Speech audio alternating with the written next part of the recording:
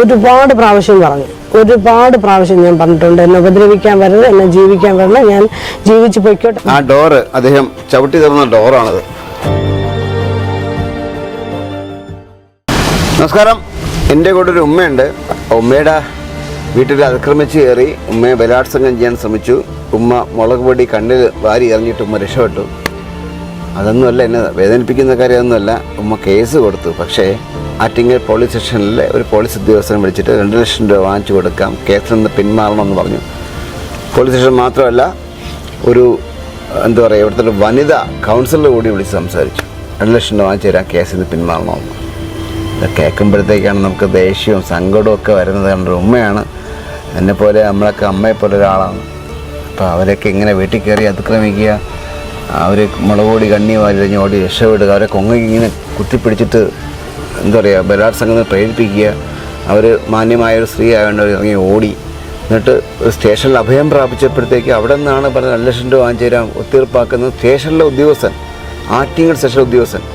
അത് മാത്രമല്ല, വനിതാ കൗൺസിലർ 2 ലക്ഷം രൂപ വാങ്ങിച്ചു തരാം ഒത്തീർപ്പാക്കുമെന്ന് പറയുന്നു. നമ്മുടെ കേരളമാണിത്, അത് സഹിക്കാൻ പറ്റില്ല. ഈ വനിതാ കൗൺസിലർ CPM ആണോ കോൺഗ്രസ് ആണോ ആരാണ്? ഞാനൊരു CPM കൗൺസിലർ ആരാണ്? കൗൺസിലർ എന്ന് പറഞ്ഞത് CPM ആണോ കോൺഗ്രസ് ആണോ കമ്മ്യൂണിസ്റ്റ് ആണോ ഏത് പാർട്ടിയാണ്? കമ്മ്യൂണിസ്റ്റ് പാർട്ടിയാണ്. അതെനിക്കറിയാം. CPI ആണോ CPM? ഏത് വാർഡാണ്? വാർഡ് ചിറയൻകീഴ് പഞ്ചായത്തിലെ വൈസ് പ്രസിഡന്റ് പേര് സരിത എന്നാണ്. നിങ്ങൾ സംസാരിച്ചു? വിളിച്ചതല്ല, എൻ്റെ ചിറയൻകീഴ് പോലീസ് സ്റ്റേഷനിൽ വന്ന് സംസാരിച്ചത്. അവിടെ പോലീസുകാർ നിൽക്കവേ തന്നെ ഇല്ല, അമ്മയുടെ അടുത്ത് ഈ പറയുന്ന പ്രതിയെ പിന്നെ കേസ് നിർത്താൻ വേണ്ടി കേസിൽ നിന്ന് ആറ്റിങ്ങൽ സ്റ്റേഷനാണോ? അതെ, ആറ്റിങ്ങൽ പോലീസ് സ്റ്റേഷനിലാണ് ഞാൻ പോയത്. സരിത എന്ന് പറഞ്ഞ് വൈസ് പ്രസിഡന്റ് എന്നെ വിളിച്ചിട്ട് പറഞ്ഞു, ഇവിടെയുണ്ട്, ഞാൻ സരിതയാണെന്ന് പറഞ്ഞ്. ആരാണെന്ന് എനിക്ക് അറിയണ്ടായിരുന്നു. എനിക്ക് ഇയാളെ ഒന്ന് കാണണം എന്ന് പറഞ്ഞപ്പോൾ ഞാൻ ചോദിച്ച്, ഞാൻ പറഞ്ഞ പോലീസ് സ്റ്റേഷനിൽ പോകാൻ നിൽക്കുകയാണ്, പോലീസ് സ്റ്റേഷനിലോട്ട് എന്നെ വിളിപ്പിച്ചിട്ടുണ്ട്, ഞാൻ അങ്ങോട്ട് പോവുകയാണ്, അവിടെ വന്നാൽ കാണാമെന്ന് പറഞ്ഞപ്പോഴത്തേക്കാണ് ഞാൻ അറിയുന്നത് അത് വൈസ് പ്രസിഡന്റ് ആയിരുന്നു. ചിറയൻകീഴ് പഞ്ചായത്തിലെ വൈസ് പ്രസിഡന്റാണ്, പേര് സരിത. അതെ അതെ അതെ, ഉറപ്പാണ്. തെളിവില്ല, പക്ഷേ പിന്നെ പ്രതി എൻ്റെ അടുത്ത് വോയിസ് ഇട്ട ഇതിൽ സരിത മെമ്പറെ പേര് പറയുന്നതുണ്ട്. അതുണ്ട് ഒട്ടാര. അമ്മ എന്നാലും അത് പോട്ടെ, ഇന്ന് സംഭവിച്ചത് നമ്മ എവിടെ ജോലി ചെയ്യുന്നത്? ഞാൻ ഹോസ്പിറ്റലാണ് വർക്ക് ചെയ്യുന്നത്. ഏത് ഹോസ്പിറ്റലിൽ? ചിറയൻകീഴ് ഹോസ്പിറ്റലിൽ വർക്ക് ചെയ്യുന്നു. ഈ പ്രതിയായിട്ട് എങ്ങനെയാ ബന്ധം? അവിടുത്തെ ക്യാൻറ്റീനിലെ സപ്ലയർ ആയിരുന്നു, ക്യാൻറ്റീനിൽ വർക്ക് ചെയ്യുന്ന ആളായിരുന്നു. ഒരു സപ്ലയർ എങ്ങനെ അമ്മയെ സ്വാധീനിക്കാൻ പറ്റും? സാധനം മേടിക്കാനായിട്ട് ക്യാൻറ്റീനിൽ ഓർഡർ വിളിച്ച് പറയുകയാണ് ചെയ്യുന്നത്. ഞാൻ മാത്രമല്ല, എല്ലാ സിസ്റ്റർമാരും അതിനകത്തുള്ള ഒത്തിരി പേരും വിളിച്ച് പറയുന്നുണ്ട്, നമ്മൾ പറയുന്ന ആഹാരം കൊണ്ടുത്തരും, നമ്മൾ പൈസ കൊടുക്കുന്നുണ്ട്. അങ്ങനെയാണ് പരിചയപ്പെട്ടത്. എൻ്റെ ഒരു മകന് 1 മാസത്തേക്ക് അവിടെ വെഹിക്കിൾ പാസ് കൊടുക്കുന്നതിന് ഇരുത്തിയിട്ടുണ്ടായിരുന്നു. അപ്പോൾ മോനെ കൊണ്ടാക്കാൻ പുള്ളിക്കാരൻ എൻ്റെ വീട്ടിൽ രാത്രിയാണ് മോനെ കൊണ്ടാക്കാനായിട്ട് റോട്ടിൽ വന്ന് കൊണ്ടാക്കിയിട്ട് പോകുമായിരുന്നു. പിന്നീട് എൻ്റെ മോൻ പറഞ്ഞത് അവിടുത്തെ വേസ്റ്റ്, ക്യാൻറ്റീനിലെ വേസ്റ്റ് കൊണ്ടുവന്ന് ഇവിടെ ഒഴിഞ്ഞു കിടക്കുന്ന പേരെടുത്ത് കൊണ്ടിടുമായിരുന്നു എന്ന് മോൻ എൻ്റെ അടുത്ത് പറഞ്ഞു. അതൊക്കെ ഈ അടുത്ത സമയത്താണ് ഞാൻ അറിയുന്നത്. വേസ്റ്റ് കൊണ്ടിടുന്നത് രാത്രിയിലോ പകലോ ആണെന്നൊന്നും എനിക്കറിയത്തില്ല, ഞാൻ കാണുന്നില്ല. അപ്രോച്ച് ചെയ്യുന്നതെന്ന് വെച്ചാൽ ഈ മക്കൾ രണ്ടുപേരും എനിക്ക് 3 മക്കളാണ്. 3 പേരും 3 സ്ഥലത്താണ് ജോലി ചെയ്യുന്നത്. 2 പേര് ഗൾഫിലാണ്. ഈ ഒരു മോൻ ഇപ്പോൾ പോയിട്ട് 1 മാസമേ ആയിട്ടുള്ളൂ. അപ്പോൾ ഈ മോൻ പോയി 10 ദിവസം ആകുമ്പോഴാണ് ഈ സംഭവം നടക്കുന്നത്. അല്ല, ഒരു ആകസ്മികമായിട്ട് വന്ന് കയറി. ഇപ്പോൾ അമ്മ താമസിക്കുന്നത് വാടക വീട്ടിലാണ്, ഇവിടെ ഒഴിഞ്ഞ പ്രദേശം കൂടിയാണ്, തൊട്ട് മുകളിലൊക്കെ വീടുള്ളൂ. ഇതൊക്കെ പ്രതിക്ക് എങ്ങനെ അറിയാൻ പറ്റും? ഇതൊക്കെ പ്രതി ഇവിടെ വന്നിട്ടുണ്ടല്ലോ. എൻ്റെ മോനെ കൊണ്ടാക്കാൻ വന്നിട്ടുള്ളത് മാത്രമല്ല, വേസ്റ്റ് ഇടാനായിട്ട് ഈ പരിസരത്ത് വരുമായിരുന്നു. ഈ അടുത്ത പരിസരത്ത് ക്യാൻറ്റീനിൽ വേസ്റ്റ് ഇടാൻ വരുമായിരുന്നു. അങ്ങനെയാണ് വീടറിയാന്നുള്ളത്. പിന്നീട് ഡയറക്റ്റ് അപ്രോച്ച് പെട്ടെന്ന് അല്ല, എനിക്ക് നല്ല ഫോണിൽ കൂടി ഒരുപാട് പ്രാവശ്യം എന്നെ വിളിച്ച് സംസാരിച്ചിട്ടുണ്ട്. ഒരു സുഹൃത്തെന്ന നിലയിൽ ആണ് ഞാൻ സംസാരിച്ച് പോയത്. അപ്പോൾ ആളിന് എൻ്റെ അടുത്ത് എൻ്റെ ഇവിടെ വന്ന് മക്കളില്ലല്ലോ, ഇവിടെ വന്ന് താമസിക്കണമെന്ന് പറഞ്ഞ് ഞാൻ പറഞ്ഞു, അത് പറ്റത്തില്ല, എന്നെ വിടണം, എനിക്ക് ജീവിക്കണം, നിങ്ങൾ വിചാരിക്കുന്ന ഒരാളല്ല ഞാനെന്ന് ഒരുപാട് പ്രാവശ്യം ഞാൻ പറഞ്ഞിട്ടുണ്ട്. അതിൻ്റെ എൻ്റെ ഫോണിൽ റെക്കോർഡുണ്ട്. ഞാൻ പറഞ്ഞ കാര്യങ്ങൾ ഒരുപാട് എന്നെ അത് പറ്റൂല എന്ന് കണ്ടപ്പോൾ ആളെന്നെ ഭീഷണിപ്പെടുത്താൻ തുടങ്ങി. ആശുപത്രിയുടെ നടയിൽ ഒത്തിരി വട്ടം എന്നെ ആക്രമിക്കാനായിട്ട് വന്നിട്ടുണ്ട്. ഞാൻ ചോദിക്കട്ടെ, ഒരു സ്ത്രീക്ക് ഇഷ്ടമല്ലേ പിന്നെ എന്തിനാണ് ആക്രമിക്കാൻ? എനിക്കറിയത്തില്ല, എന്നെ ജീവിക്കാൻ സമ്മതിക്കത്തില്ല എന്നാണ് പറയുന്നത്. ആള് പറയുന്നത് എനിക്ക് ഭർത്താവില്ലാത്തത് കൊണ്ടാണ്. മക്കൾ 3 പേരും അടുത്തില്ലല്ലോ, പിന്നെ എന്തിനാണ് ഇയാൾ സഹോദരൻ്റെ വീട്ടിൽ പോയി കിടക്കുന്നത്? ഇയാളെ വീട്ടിൽ പോയി കിടന്നുകൂടെ? ഇയാളെ വീട്ടിൽ തന്നെ കിടന്നുകൂടെ എന്നും പറഞ്ഞാണ് ഒരു ദിവസം വൈകുന്നേരം എന്നെ വിളിച്ചിട്ട് പറഞ്ഞു ഞാൻ ഇയാളെ കണ്ടിട്ടേ പോകുള്ളൂ എന്നെ ഫോണിൽ വിളിച്ച് പറഞ്ഞായിരുന്നു. എത്ര വയസ്സുണ്ട്? എനിക്ക് വയസ്സൊന്നും 58 വയസ്സായിട്ടൊക്കെ ആവും. 58 വയസ്സുണ്ടാവും. ഈ 58 വയസ്സുള്ള കക്ഷിക്കാണ് അത്രയും. ആളിന് പിന്നീട് ഭാര്യയും 2 മക്കളും ഓൾറെഡി ഉണ്ട്. ചിറയൻകീഴ് പണ്ടകശാല ഉണ്ട്. മാത്രമല്ല ആള് പിന്നീട് മലപ്പുറത്ത് പോയിട്ട് ഒരു സ്ത്രീയായിട്ട് കമ്പനി കൂടുകയും അവരുടെ മന്ദബുദ്ധിയായ മകളെ 2 മക്കളെ പെൺമക്കളെയും അമ്മയ്ക്ക് എങ്ങനെ അറിയാം? ആളെൻ്റെ അടുത്ത് പറഞ്ഞത്. ആള് തന്നെ എൻ്റെ അടുത്ത് പറഞ്ഞത്. ഒരുപാട് കാര്യം, ഒരുപാട് നല്ല പരിചയം ഉണ്ടായിരുന്നു. നല്ല പരിചയം ഉണ്ടായിരുന്നു. വഴി തെറ്റിയത് ആള് മറ്റൊരു രീതിയിൽ എൻ്റെ അടുത്ത് സംസാരിക്കുന്നു എന്ന് തോന്നിയപ്പോൾ ഞാൻ ആളിൻ്റെ നമ്പർ ബ്ലോക്ക് ആക്കാൻ തുടങ്ങി.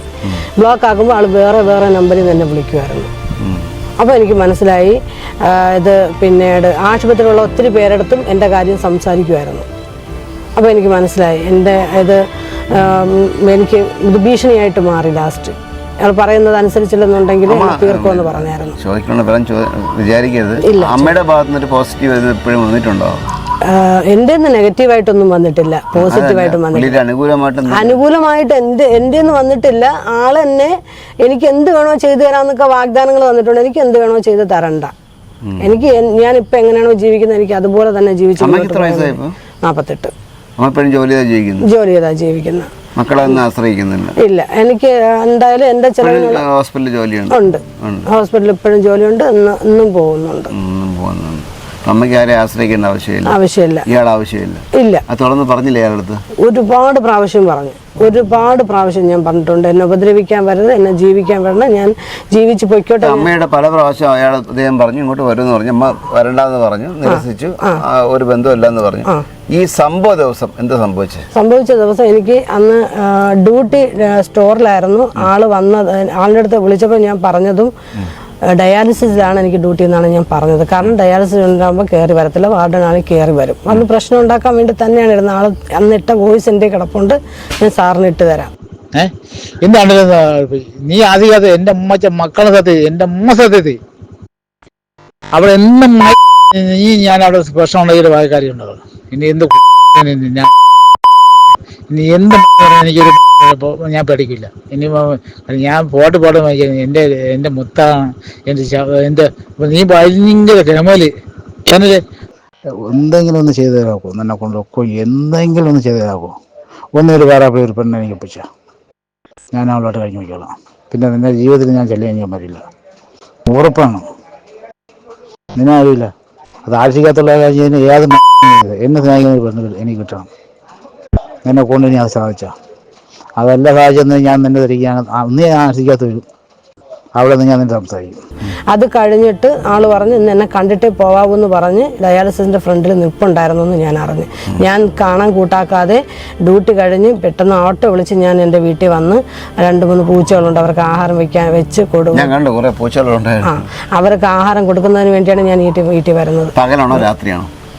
ഒരു സന്ധ്യാസമയം 5 മണിക്കാണ് ഡ്യൂട്ടി കഴിഞ്ഞത്. വൈകിട്ട് 5 മണിക്ക് ഡ്യൂട്ടി കഴിഞ്ഞു. 5:30-6 മണിയായി ഞാൻ ഇവിടെ എത്തിയപ്പം അവർക്ക് ആഹാരം ഞാൻ വേവിച്ച് കൊടുക്കുമ്പോൾ 6:30 മണിയായി കാണും.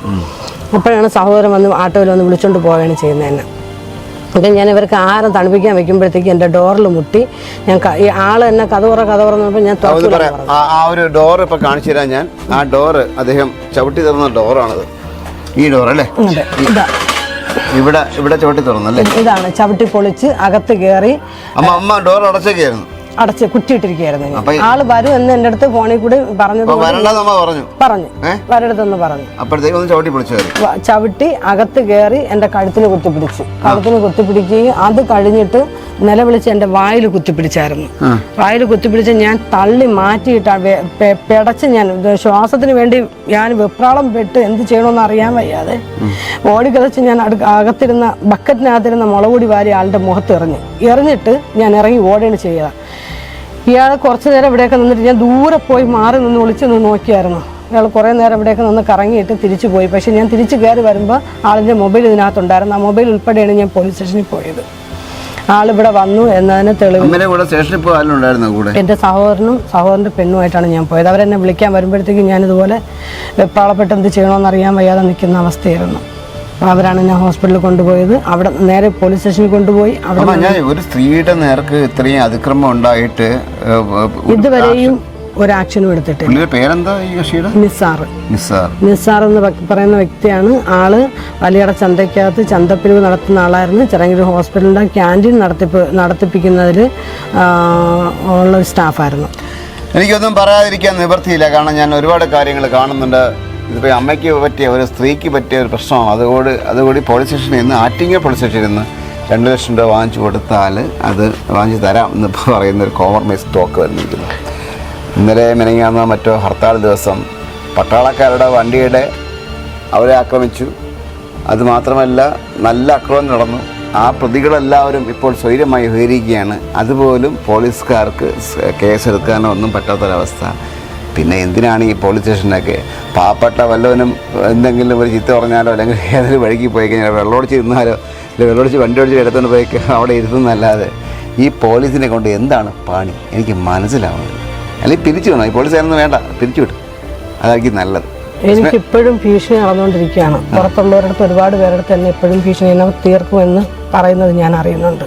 ഒരുപാട് നമ്പറിൽ നിന്ന് എന്നെ വിളിച്ചത്, ആ നമ്പറുകൾ ബ്ലോക്ക് ആക്കിയിട്ട നമ്പറിൽ നിന്ന് ഇപ്പോഴും എനിക്ക് കോൾ വരുന്നുണ്ട്. ഈ നിസാർ എന്ന് പറഞ്ഞ വ്യക്തി ഒരുപാട് നമ്പറിൽ നിന്ന് എന്നെ വിളിച്ചിട്ടുണ്ട്. ആളിൻ്റെ നമ്പർ ബ്ലോക്ക് ആക്കുമ്പോൾ ആ നമ്പറുകളിൽ നിന്ന് ഇപ്പോഴും എനിക്ക് കോൾ വരികയാണ്.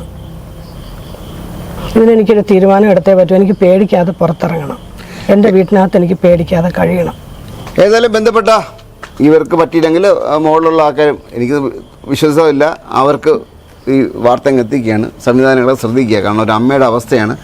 അവർ ഈ പറയുന്ന സംവിധാനങ്ങളെ വിശ്വാസമില്ലാത്തതുകൊണ്ടാണ് നമ്മളെ വിളിച്ചത്. നമ്മൾ വാർത്ത ചെയ്യുന്നു. നമുക്ക് തന്നെ ഒരു രക്ഷയില്ലാത്തൊരവസ്ഥയാണ് ഇപ്പോൾ ഇവിടെ ഉള്ളത്. സാർ, ഞാൻ റൂറൽ എസ് പിക്കും ട്രിവാൻഡ്രം റൂറൽ എസ് പിക്കും നമ്മുടെ മുഖ്യമന്ത്രി പിണറായി സാറിന് ഞാൻ പരാതി കൊടുത്തിട്ടുണ്ട്. ഓൾറെഡി ഞാൻ അല്ല, ഇതുവരെ ഉണ്ടായിട്ടില്ല. ഇതുവരെ ഒന്നും ഉണ്ടായിട്ടില്ല. 1 മാസത്തോളമായി. എൻ്റെ ഉമ്മ പട്ടാളക്കാരുടെ വാഹനം നിറഞ്ഞു നിർത്തി അവരുടെ കൊടുത്ത പേപ്പർ വലിച്ചു കീറിയ കുട്ടി സഹാക്കന്മാർക്കെതിരെ കേസെടുക്കാൻ പോലും ആറ്റിങ്ങൽ പഠിച്ചു പറ്റില്ല. സ്വൈര്യ വ്യവഹാരം നടത്തുകയാണ് ആറ്റിങ്ങൽ ഈ പറയുന്ന പാർട്ടി അനുഭാവികളൊക്കെ. ഡയശ്രമം പ്രഖ്യാപിച്ച ഭരണ സംവിധാനം അത് അട്ടിമറിക്കാൻ വേണ്ടി ഭരണ സംവിധാനം തന്നെ ഇറങ്ങുന്നു. അങ്ങനെ വിചിത്രമായ കുറേ കാഴ്ചകളൊക്കെ നമ്മുടെ കൺമുന്നിലുണ്ട്. വിളിച്ച് പറയുന്നവരെ കുറ്റവാളിയാക്കുന്ന അവസ്ഥയാണ്. എന്ത് ചെയ്യാൻ പറ്റും? നമുക്ക് വിളിച്ച് പറയാനും ചൂണ്ടിക്കാണിക്കാൻ പറ്റൂ. പരിഹാരം ഉണ്ടാകേണ്ടത് സംവിധാനങ്ങളുടെ അടുത്തു നിന്നാണ്. പക്ഷേ ഈ സംവിധാനങ്ങളൊക്കെ നിഷ്ക്രിയമാണ്. അറിയാലോ, കേരള സർവകലാശാല ഒരുപാട് വിഷയങ്ങളൊക്കെ അറിയാലോ. ഞാനത് പറയേണ്ട ആവശ്യമൊന്നുമില്ല. പരിഹാരം ഉണ്ടാവട്ടെ. വിസ്മയസിന് വേണ്ടി ക്യാമറമാൻ അനീഷിനൊപ്പം ശ്രീത് മാരാർ സൈനിങ് ഓഫ്.